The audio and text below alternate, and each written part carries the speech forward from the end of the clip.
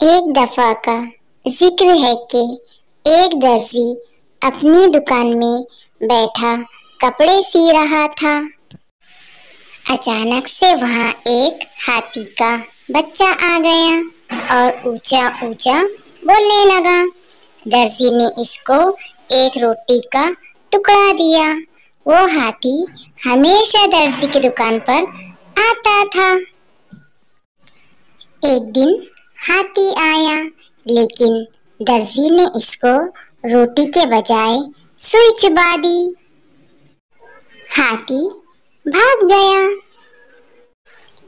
अगले दिन हाथी फिर आ गया, लेकिन इसकी सूंड कीचड़ से भरी हुई थी और इसने अपनी सूंड से कीचड़ दर्जी के कपड़ों पर फेंक दिया।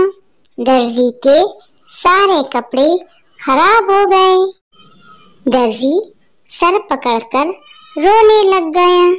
इस कहानी से हमें ये सबक मिलता है कि जैसा करोगे वैसा भरोगे।